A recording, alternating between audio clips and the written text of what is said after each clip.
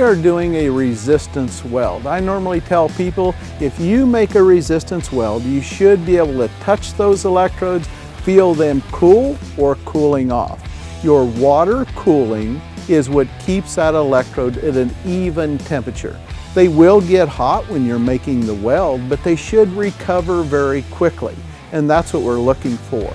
That cooling system should keep that electrode at the same temperature, especially before we go to perform the next weld. So how hot should your electrode be? It should be a consistent temperature. It should cool off after the weld to where you should be able to handle that electrode or touch that electrode without burning yourself.